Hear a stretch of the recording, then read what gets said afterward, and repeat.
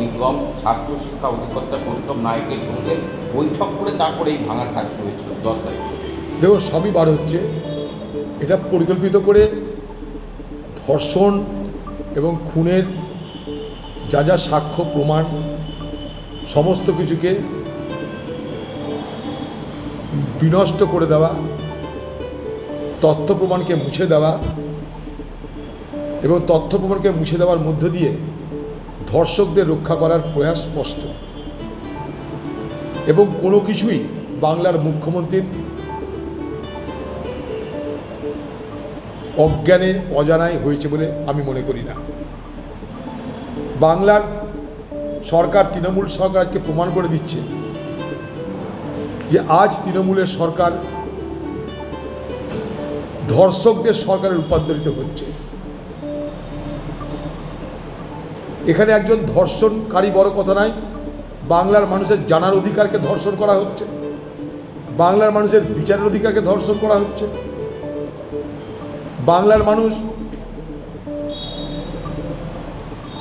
যখন অপরাধীদের যোগ্য শাস্তি দেবার দাবি করছে, সেই দাবিকে ধর্ষণ করা হচ্ছে। সার্বিক অর্থেই তৃণমূল সরকার আজ প্রকৃত অর্থে ধর্ষকদের সরকারে পর্যবসিত হচ্ছে। তথ্য প্রমাণ পরিকল্পিতভাবে লোপাট করা হয়েছে।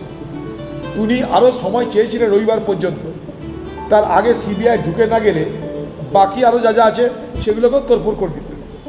কিন্তু ঘটনাচক্রে সিবিআই ঢুকে গেছে, আর ওখানকার মানুষের, স্থানীয় মানুষের, আন্দোলনকারীদের প্রতিবাদ প্রতিরোধে ঘর ভাঙা সম্ভব হয়নি। সবই ভেঙে দিত ওই দিন। বাংলার মুখ্যমন্ত্রী রবিবার পর্যন্ত সময় চেয়েছিলেন তার আধিকারিকদের সঙ্গে আলোচনা করে, পুলিশদের সঙ্গে আলোচনা করে, কিন্তু বুঝতে পারেনি তার আগেই সিবিআই ঢুকে যাবে। তাই যতটা সম্ভব সিবিআইকে অক্ষম করে দেওয়া, সিবিআইয়ের হাতে যেন কোনো অস্ত্র না থাকে তার ব্যবস্থা করার তিনি সব রকমের চেষ্টা করেও তিনি সিবিআই তদন্তে ঢুকতে পারেননি। সিবিআই তদন্ত হওয়া মানে সব সমস্যার সমাধান রাতারাতি আমরা পেয়ে গেলাম, এ কথা আমরা কখনোই বলছি না। কিন্তু মানুষ যাবে কোথায়? বিচারকের কাছে গেছে মানুষ বিচার চাইতে, কারণ রাজ্য বিচার দেয় না, তাই বিচারকের কাছে গেছে। বিচারক মনে করে যে রাজ্য পুলিশ করবে না, তাই সিবিআইয়ের কথা বলেছে। আমরা সিবিআইকে আরও তৎপর হবার দাবি করছি, কিন্তু সিবিআই তৎপরতার পাশাপাশি রাজ্য সরকার নিষ্প্রভ থেকে, উদাসীন থেকে অসহযোগিতা করবার চেষ্টা করলে এবং অসহযোগিতা করছে সেটা প্রমাণ আমরা পাচ্ছি। তাহলে এর থেকে দুর্ভাগ্যের কী হতে পারে?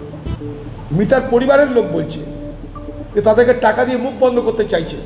আমি যেদিকে মৃতার বাড়িতে দ্বিতীয়বার তাদের সঙ্গে দেখা করতে গেছিলাম, সেদিনই আমি বেরিয়ে এসে সংবাদ মাধ্যমকে এই কথা বলেছিলাম, মনে করে দেব। আর সে কথাই মৃতার পরিবার বলছে। পুলিশ যেখানে টাকা দিয়ে মুখ বন্ধ করতে চায়, কার নির্দেশে বলুন তো? ঘর ভাঙা হয়ে যাচ্ছে তদন্তের সাথে, কার নির্দেশে? সেরকম স্বাস্থ্য সচিবদেরও জিজ্ঞাসাবাদ করা উচিত, স্বাস্থ্যমন্ত্রীকেও সিবিআই জিজ্ঞাসাবাদ করা উচিত। পাশাপাশি আমরা ভারতবর্ষের বিচার ব্যবস্থাকে বলবো, সুপ্রিম কোর্টকে বলবো যে সুপ্রিম কোর্টের তৎপরতার সামান্যতম ত্রুটি বা সংকোচের কোনো রকম ঘটনা দেখলে, সত্যি হোক মিথ্যা হোক, বাংলা সাধারণ মানুষ বড় অস্থির হয়ে পড়ছে, বড় চঞ্চল হয়ে পড়ছে। বাংলার সাধারণ মানুষের একমাত্র নজর আটকে আছে সুপ্রিম কোর্টের বিচারপতিদের উপরে। তাই সুপ্রিম কোর্টের বিচারপতিরা তারা বাংলার মানুষের আবেগকে যেন গুরুত্ব দেয়। জানি বিচারে আবেগ শেষ কথা বলে না, বিচারে প্রমাণ শেষ কথা বলে, মানি।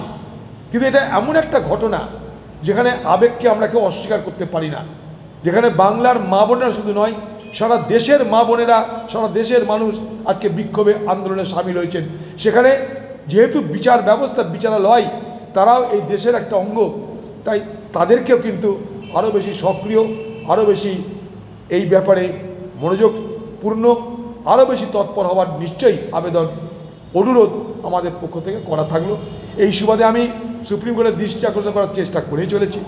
আজও আপনারা দেখবেন, ওয়াল পত্রিকায় পড়বেন, দেখবেন সেখানেও আমি যা যা বলেছি সেগুলো কোনো না কোনোভাবে তারা জানতে পেরে সেখানে লিখেছে। চেস্ট মিলিয়ে ভাই ভাই শোনো, তোমার না